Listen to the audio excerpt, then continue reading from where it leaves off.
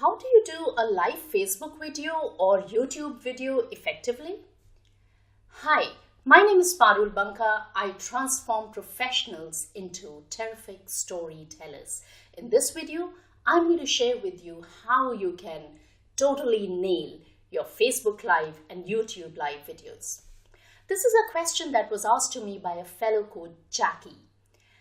And Jackie brought in a very interesting perspective when she asked me this question. She said, Parul, when I am doing a Facebook Live as compared to a real public speaking event where she is standing in front of an audience, she doesn't have the benefit of receiving any feedback from the audience like she would in the second scenario. And that's what makes her uncomfortable.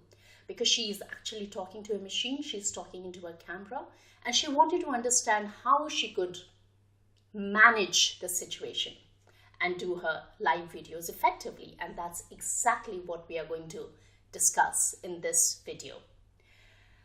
I also want to share with you that in this video, I'm going to keep the focus on public speaking. We are talking about live videos here, and obviously as the speaker, you will need to have certain comfort with understanding the technology. So technology is not the focus of this video. It's just public speaking. I also want to share with you that the principles I'm going to share in this video will be applicable not just to live videos, but they will be applicable to any kind of video recording that you do. So if you're somebody who shoots videos, whether as a hobby or for your business or at work, this will be useful. These principles will also be useful during impromptu speaking. And why is that? Because a Facebook Live, or let's say a YouTube Live, is a combination of video recording and impromptu speaking. Video recording, why? Because you are on video. You are speaking to a camera, you are talking to a machine. And impromptu speaking, well, because it is a live performance. You may have had the opportunity to prepare the content of your presentation, but it is still a real-time performance. So with that understanding, let's get started. My first tip, which directly addresses the concern Jackie raised, is if you can't see a real person in front of you, make them up. What do I mean by that? On a Facebook Live video or a YouTube Live video, it is true that you are talking to a camera, you're talking to a machine, you're talking to a laptop, you're talking to a camera which has been mounted on a tripod. And it is true that there is no live person sitting right in front of you. And that is why it is so important to visualize that there is a person sitting right in front of you. So in this very moment, I'm actually here, not talking to my camera. I'm actually talking to Jackie. Does that make sense? So I cannot see a person in front of me because I'm recording this video, but I'm actually visualizing them in my head. And that changes the game altogether. Because when I do that, I am not just sharing some concepts in a video, I'm trying to have a conversation, in this case with Jackie. And that is my second tip. When you do live videos, whether it is on Facebook or it is on YouTube, have a conversation with them. Have a conversation with those people who you can visualize in your head but can't see, and talk to them. And that brings me to point number 3. Point number 3 is all the principles of public speaking are applicable to video recording of any kind, be it live videos or not. And so things like, let's say, the body language or voice modulation, they are equally applicable. In real world scenario, you would be mindful of, let's say, how much space you have when you move and use the stage effectively. When you are on a video, you apply the same concept and you are mindful, you should be mindful of how much area is getting covered on the screen. So if we look at this particular video, if I extend my arm, you see these red flowers? They are my boundary. Well, I'm not a very tall person, and so my arm doesn't really reach out of the frame of this video. But if you are somebody tall, and if you're using your arms, if you're somebody who talks with their arms and reaches out, your movements will not be accessible, will not be visible. And you have to take care of exactly the same thing when you look at the vertical frame. So if you're somebody who talks with their hands, and if let's say you are visible only up to here and you're using your hands here, your body language will be compromised. The viewer will not be able to see your body language. Does that make sense? So all the concepts of public speaking are equally relevant in the case of shooting a video, whether it is live or not. Talking about the concepts of public speaking and applying them on videos, live or otherwise, I want to specifically mention the eye contact. When shooting a video or when going live on Facebook or YouTube, make sure that your camera is placed at your eye level. And when you speak into the camera. You make an eye contact with the camera at your eye level. So at the moment, my camera is actually placed about 2 arms away from me, and it is exactly at my eye level. So when you view this video, hopefully you are feeling that I'm actually looking into your eyes and speaking. That is something very, very important, because just how eye contact is really important in a live performance, when you would sit with a person and talk to them, it is equally important while doing videos. What you don't want to be doing is looking into the wrong camera or looking somewhere else and not really looking at the person who is listening to your video. Are you with me so far? Brilliant. Let's look at the next point.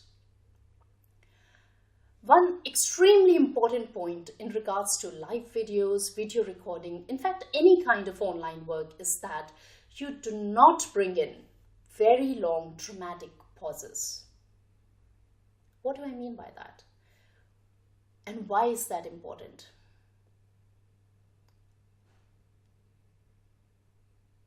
A pause like this. This is exactly what I meant.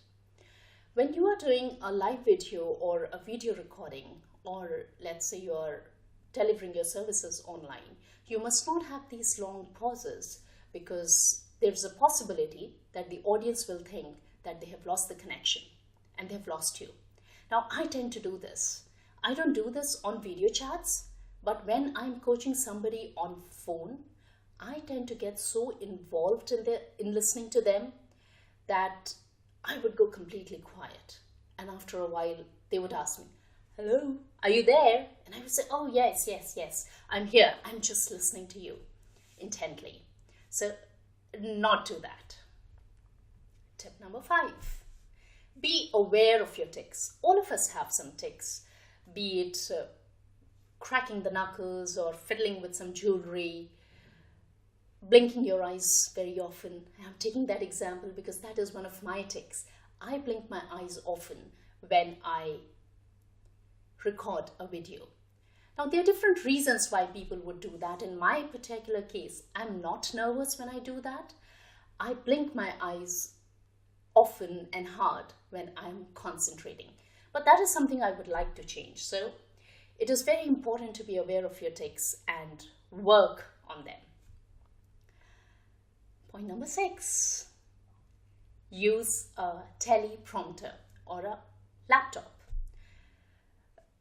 If you're somebody who's new to impromptu speaking, it may actually be intimidating for you to share your message live. So is there some help that you can take in some form that will enable you to not get so worked up so that you can just focus on your presentation. And I say using a teleprompter is a brilliant strategy. Now, I don't want you to go on Google and look for a teleprompter and buy one. No, they are really expensive. But what I'm suggesting is use your laptop as an alternative to teleprompter. So how do you do it? You are sitting here. In front of you is your camera, which has been placed at the eye level. What you do is right behind your camera, you can actually set up your laptop. Now there are online teleprompter tools that you can use. The one that I really like using is easyprompter.com. These are free tools, so you don't really have to pay money. If you want the advanced version, you can obviously take a subscription, but the free tools work equally fine. And what you can do is you can run your script or the bullet points. You can put it on the easyprompter.com or whichever teleprompter tool website you're using. And when you click on the start button, it starts scrolling like this. And you have the option to choose the font, you have the option to choose the speed. So after you do it a few times, you will get a hang of how fast you speak or how slow your speed is. And that is what is going to help you maneuver the speed and the font size. So you can make it move faster, you can make it move slower, or you can just put it on your laptop screen behind the camera. When you do that, the laptop should be placed slightly at a higher level than your camera. And why is that? Because you want to be looking straight into the camera when you record. If your camera and your laptop are at the same level, the chances are that the script that is rolling is probably lower. The top of the laptop screen would be higher than the camera. So let's say my eyes are here, and at the same level as my camera, my laptop screen would come up to here. And when the script scrolls, I will be looking straight into the camera, and the only portion that I would be looking on my laptop screen is the top lines. So I would always be looking straight into the camera while talking. Does that make sense? You don't have to do it live until you get a hang of it completely. You can actually take help. And teleprompter is a brilliant tool. Do give it a shot. It works brilliantly. This brings me to the next point that I want to share with you. Like any public speaking, even for live videos, plan your script. When your content is organized, it is structured, it will be a lot easier for you to go ahead and do that recording effectively. Otherwise, your thoughts will be all over the place. Planning is key to effective public speaking. Live videos, video recording are no exception to that. Point number 8. Just before you go live, do something to build your energy up. So if let's say it is afternoon or evening and you are starting to feel tired, maybe have a cup of tea, which is going to rejuvenate you, or have a lemonade, something that's going to charge you up, because you don't want to go on the screen and feel, oh my God, I'm so tired, I'm so exhausted. Because when you don't feel that energy, it is just going to show. Your audience might feel, oh my God, why is this person doing this video? Why are they here when they don't really want to be here? And that's not an impression that you want to give them. And this brings me to my final tip for you. Tip number 9, perfectionism. As a coach, let me tell you that perfectionism is a trap. Perfectionism is a trap. I'm somebody who wore perfectionist as a badge of honor all my life, until I trained as a coach. Before, I used to feel that if I would put in effort to get my job perfect, even if the improvement in quality was just incremental, I would do the right thing. That was really, really important to me. But now as a coach, I really understand that perfectionism, although is often seen as a badge of honor, is not. Because it tends to prevent people from doing things they would otherwise do if they were not really scared of going wrong, or if they didn't have this huge inner need to do things perfectly. Now, what would really happen if, let's say, a particular video you shoot or a particular talk you give is not 100% perfect? What is important is to actually go and do it and start learning instead of not doing it until you get it right 100%. So if you're somebody who operates from that need of perfectionism, let me tell you, it is a trap. Don't fall for it. And few things here and there, few mistakes here and there, an or an extra pause, a tiny error here and there, people won't even notice.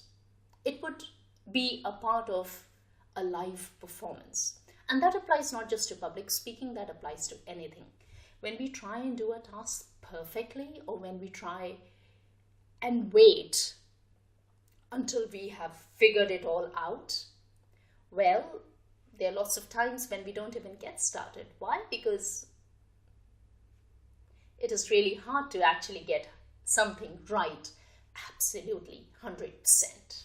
Does that make sense? So I hope this gave you some idea about how to do live videos effectively. Jackie, I hope this video was helpful, and I look forward to seeing lots of your Facebook videos live.